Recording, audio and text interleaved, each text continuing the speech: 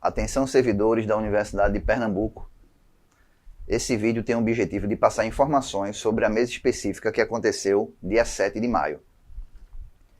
E não posso deixar de fazer comparativo com a mesa específica que aconteceu também no 10 de abril.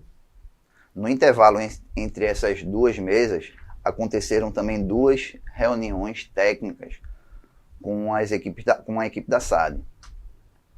E aí qual a diferença de uma para outra?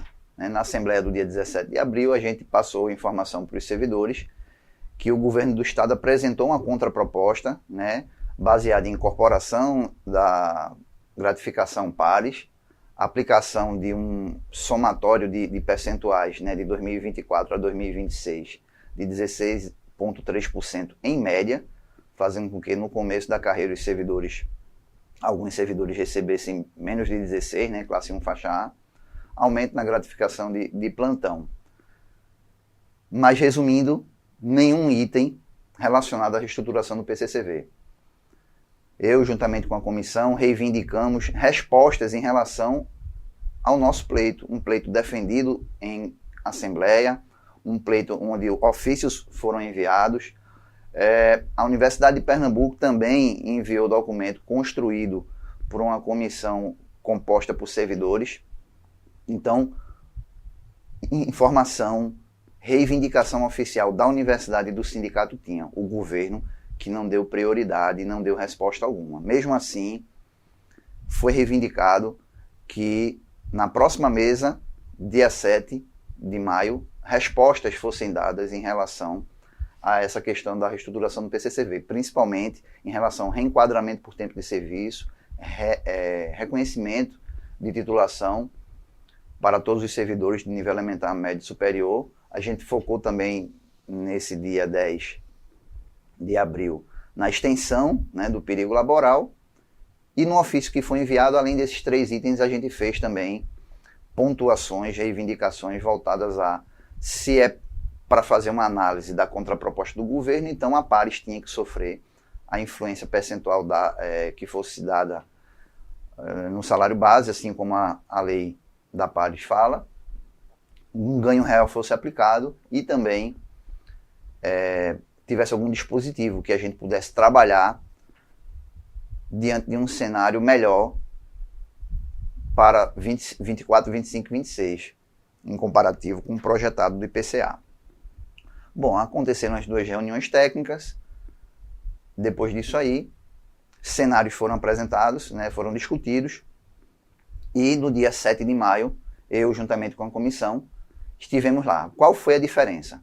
A diferença da contraproposta do governo dessa vez foi um percentual maior, ao invés de, em média, 16,3%, foi um percentual de, em média, 20%, fazendo com que os servidores da classe 1 faixa A recebessem a partir de 18%, e isso é aumentando de acordo com o avançar das faixas e classes, fazendo servidores que estivessem na última classe, na última faixa, tivessem percentuais acima dos 23%. Esse percentual sendo aplicado, além do base, na pares também. Essa foi a diferença, uma das diferenças. Gratificação de plantão também foi mantido, e também foi apresentado um cenário, uma possibilidade que tem que ser discutida em assembleia, que foi a incorporação da gratificação de perigo laboral. O perigo laboral, lá na reunião de 10 de abril, e também na reivindicação da campanha salarial, a gente pede a extensão, que o governo do estado pegue os R$ 480 que é pago dessa gratificação aos servidores do complexo hospitalar, que sejam pagos também aos servidores das unidades de ensino e reitoria. E aí a contraproposta do governo foi, ao invés de ser uma extensão, ser um rateio. Os valores pagos aos servidores do complexo hospitalar, pega esse valor e faz um rateio para os servidores ativos das unidades de ensino e reitoria e aposentados também. Qual é a consequência disso? O valor reduz. A vantagem é que uma gratificação que não ia para a aposentadoria passa, com a incorporação à base, passa a ser levada, porém com valores menores. E a metodologia que o governo colocou também na contraproposta para o perigo laboral, não confunda com produtividade, são valores distintos para elementar, médio e superior, diferente da metodologia que é aplicada hoje no perigo laboral, que independente do nível de escolaridade, todo mundo recebe 480 no hospital. Em relação a essas questões aí, o diferencial foi esse. As respostas que o governo deu em relação ao PCCV foi que nenhum item cabia na conta do governo. Extrapolava valores. A gente perguntou na reunião técnica, a gente perguntou através de ofício qual o valor nominal que o governo do estado poderia aplicar aos servidores da Universidade de Pernambuco, e essa informação não nos foi dada. E aí aconteceu algo bacana, Deus iluminou, achei muito bonito o que aconteceu, além de mim, mesmo recebendo uma negativa do governo de que não podiam avançar com os itens do PCCV, comecei a falar, os outros integrantes da comissão também começaram a falar argumentações em relação a justiça, merecimento, desempenho da Universidade de Pernambuco, valorização, é uma demanda institucional. E aí também tocamos no Ouvir para Mudar, uma plataforma de escuta do governo do estado, e o argumento que eu utilizei, e todos os outros integrantes da comissão também reforçaram, é que o governo do estado tem uma dívida com o servidor da Universidade de Pernambuco. Na plataforma Ouvir para Mudar, a reestruturação do PCCV alcançou o primeiro lugar. E no relatório da CEPLAG, inclusive, não consta mais, foi retirado. Então, na nossa visão, o governo do estado tem uma dívida com nós, servidores da Universidade de Pernambuco. E aí, diante de todas essas argumentações, o governo se propôs a construir um cenário com cálculos e formas para implantação do reenquadramento por tempo efetivo de serviço. Então, ao sair a comissão, ao final dessa reunião, na frente da SAD, a gente conversou e achou por bem o SINDUP só convocar uma assembleia quando esse cenário, abordando o reenquadramento por tempo de serviço, fosse apresentado, porque aí a gente apresentava um cenário completo à categoria para não acontecer da gente fazer mais uma assembleia informativa, que a gente pudesse fazer deliberativa logo.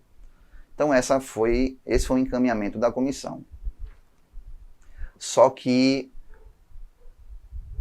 passou o tempo, hoje já é quarta-feira novamente, e essa resposta ainda não foi passada. Fiz cobranças à SAD e eles disseram que estão fazendo esses cálculos. Vou continuar as cobranças e, por conta desse espaço de tempo, se faz necessário esse vídeo para passar essas informações aos servidores. Digo a vocês, permaneçam mobilizados, tá? Porque quando essa informação chegar para a gente convoca uma assembleia, leva para a categoria, para que a categoria aprecie. Sendo positivo, a gente avança. Se não existir mais possibilidades de negociação e for algo negativo para a gente, também poderemos avançar com os movimentos reivindicatórios, né? Paralisação, greve, enfim. São as possibilidades que a gente pode debater na Assembleia.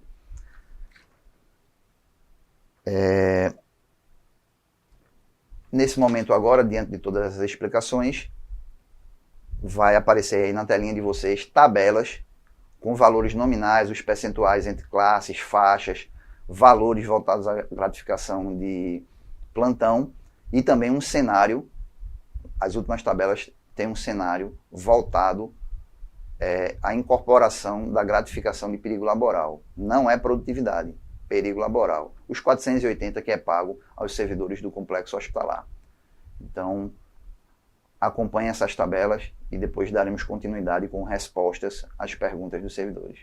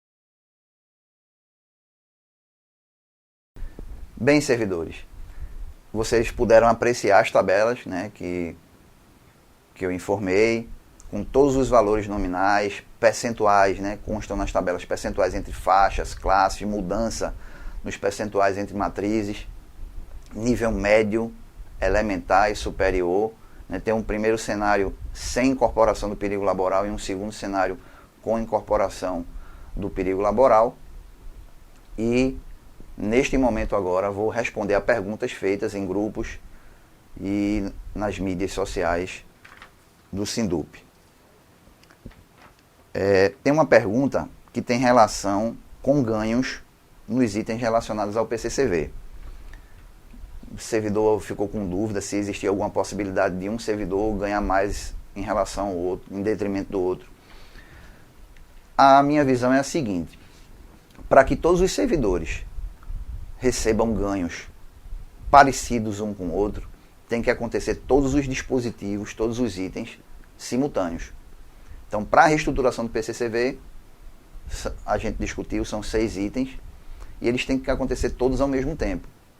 Reenquadramento por tempo de serviço, reconhecimento de titulação, isonomia com os advogados e os demais. A partir do momento que acontece um item só, não é que um vai ganhar mais em detrimento do outro, mas são particularidades de cada item. Exemplo: reenquadramento por tempo de serviço. Vou citar exemplos extremos. Tem um exemplo do servidor mais antigo, tem um servidor com 51 anos de serviço na UPE, e era para ele estar desfrutando do último salário classe 4 faixa G há muito tempo. Então esse servidor ele tem um prejuízo causado pelo governo do estado muito maior do que os servidores que entraram, vamos dizer, há 5 anos e estão na classe 1, faixa B ou C. Vamos dizer que ele tenha 1 ou 2 faixas de prejuízo. Então é esse servidor que entrou há pouco tempo, ele tem um menor prejuízo comparado a esse servidor de 51 anos de serviço. Essa é a realidade, é uma peculiaridade do item. Tá? Reconhecimento e titulação. Os servidores que vão receber mais percentuais são aqueles servidores com doutorado, com mestrado, com especialização, isso na proposta do SINDUP, proposta da categoria. E aí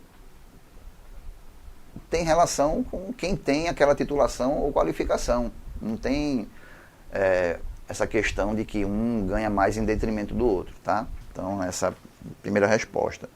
Tem pergunta também relacionada à greve. O que é a greve? A greve é um instrumento mais extremo, né, de uma categoria, puxado pelo sindicato. Então tem um ritual administrativo.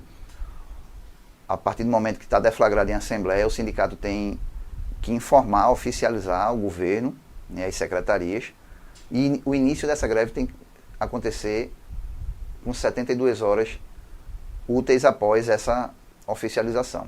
Tá? Tem uma diferença entre paralisação e greve.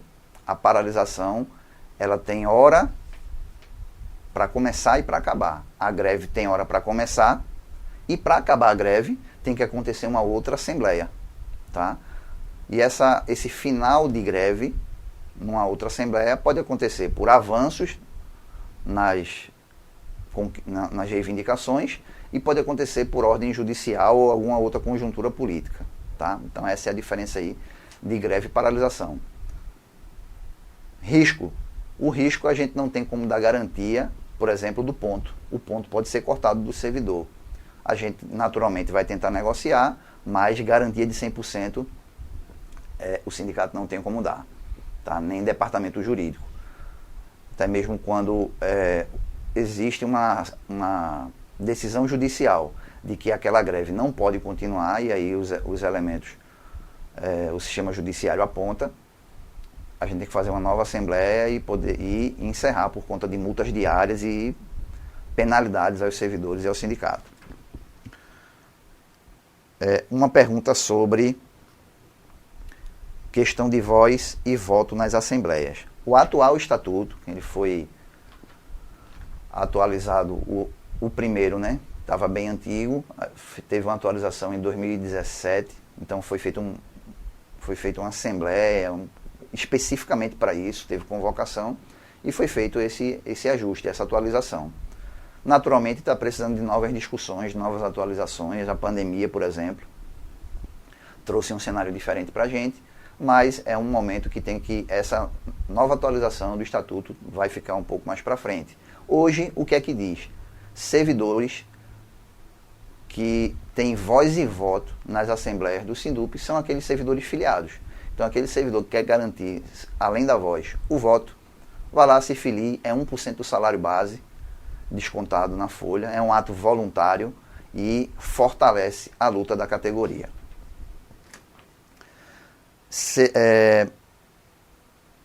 Perguntas voltadas a vale alimentação e quinquênio. Vale alimentação é discutido na mesa geral, tá? Então, junto ao Fórum dos Servidores, mesa geral é tratado o vale alimentação. Tá? R$ 29,29 a proposta apresentada ao governo no começo do ano.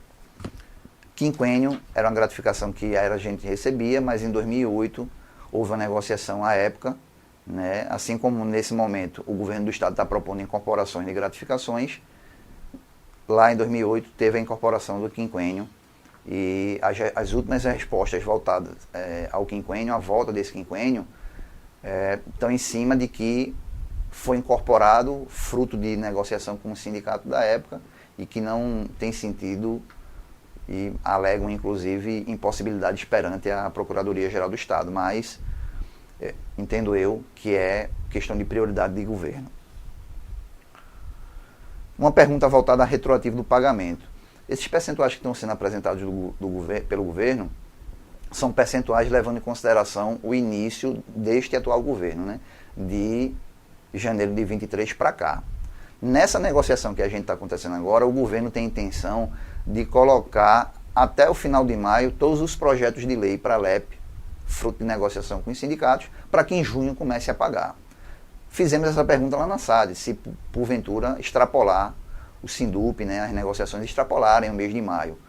Eles disseram que não tem problema. Se fechar em julho, agosto, eles pagam retroativo a junho. Mas existem riscos, né, voltados à lei de responsabilidade fiscal. Quando a gente começou o ano faltando 2% para atingir o limite prudencial da LRF, né, Lei de Responsabilidade Fiscal. Então, a gente tem que... Eu sugiro cautela com isso. Então, estamos reivindicando, né, essa data o quanto antes, para que a gente receba a contraproposta voltada ao reenquadramento por tempo de serviço, um item tão sonhado pelos servidores. Tem dúvidas voltadas à insalubridade para servidores da Universidade de Pernambuco. A insalubridade, as regras dela estão na NR15, que é uma normativa voltada a trabalhadores regidos pela CLT. Então, não atinge a nós, servidores da Universidade de Pernambuco.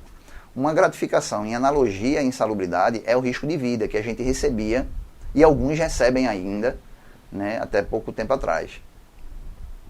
Em 2022, teve a Lei Complementar 480, que veio o perigo laboral. Mas só para explicar o risco de vida é uma gratificação que tem relação com risco ocupacional, tem regras diferentes, a lei é uma lei de 86, tem regras diferentes da insalubridade. O que estava sendo pago a gente, por último, era R$100 para servidor de nível médio. Tá? E aí, quando veio essa proposta do perigo laboral, com um valor de 480, porém o servidor tinha que abrir mão da gratificação de risco de vida, não poderia acumular risco de vida e perigo laboral. Então, os servidores dos hospitais, que é só quem percebe esses valores em seu contra-cheque, servidores dos hospitais abriram mão do risco de vida para pegar o perigo laboral por conta de dinheiro, né? Uma diferença de R$380. Os servidores das outras unidades da UPE permanecem sob a influência do risco de vida.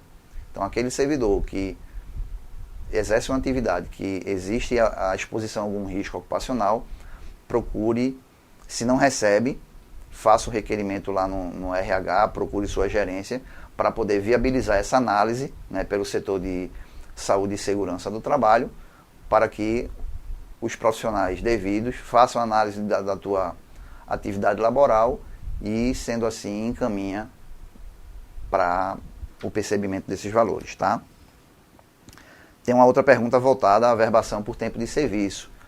A averbação por tempo de serviço hoje, pela Lei Complementar 101, que é o que regulamenta nosso PCCV, a averbação por tempo de serviço de outras, tempo na iniciativa privada, em outras, ou serviço de outras esferas, estadual, municipal, federal, enfim, serve para contagem de tempo, não vai servir para progressões, né, de faixas ou classes. E, nesse momento, encerro, né, com as respostas às perguntas que os servidores, né, fizeram pelas mídias sociais, canais do Sindup, grupos de WhatsApp, e reforço aqui, me coloco à disposição da categoria. A grande maioria das pessoas tem meu número particular, então entrem em contato comigo, ligam, enviam mensagens, né? Ainda existindo dúvidas, pode mandar essas perguntas para mim, e se for necessário uma outra atividade, né, um outro vídeo para responder mais perguntas, a gente faz. Vai depender da demanda. Então, permaneçam, o apelo que faço aqui, permaneçam mobilizados e atentos às convocações do Sindup.